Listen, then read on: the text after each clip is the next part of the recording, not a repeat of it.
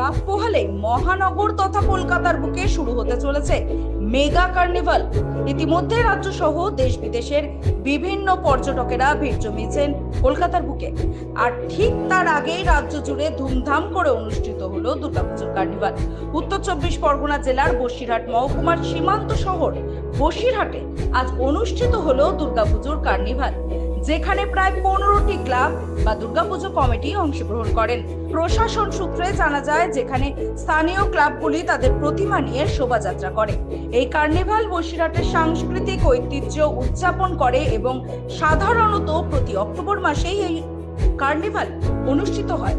2022 সালের 30শে অক্টোবর বসিরহাটে প্রথম কার্নিভাল অনুষ্ঠিত হয়েছিল। তারপরেই আস্তে আস্তে কেটে গেছে 3টে বছর। দিন যত বেরোচ্ছে কার্নিভালের সংখ্যাও তত বৃদ্ধি পাচ্ছে। সাধারণত বসিরহাটের বিভিন্ন ক্লাব ও পুজো কমিটি কার্নিভালে অংশগ্রহণ করে থাকে। কার্নিভালের প্রধান আকর্ষণ হলো বিভিন্ন পুজো কমিটির তৈরি করা সুন্দর প্রতিমা, তাদের আলোকসজ্জা এবং সুসজ্জিত ট্যাবলো, যা মানুষকে আরো আকর্ষিত করে তোলে। আজ দ্বাদশীর দিন সুসজ্জিত ট্যাবলো এবং আলোকসজ্জা নিয়ে ধুমধাম করে পালিত হলো দুর্গাপুজোর কার্নিভাল, যেখানে উপস্থিত ছিলেন বসিরহাটের মহকুমা শাসক আশিস কুমার, বসিরহাটের পুলিশ সুপার ডক্টর হোসেন মেহেদি রহমান, তথ্য সংস্কৃতি আধিকারিক রমা রানী দত্ত।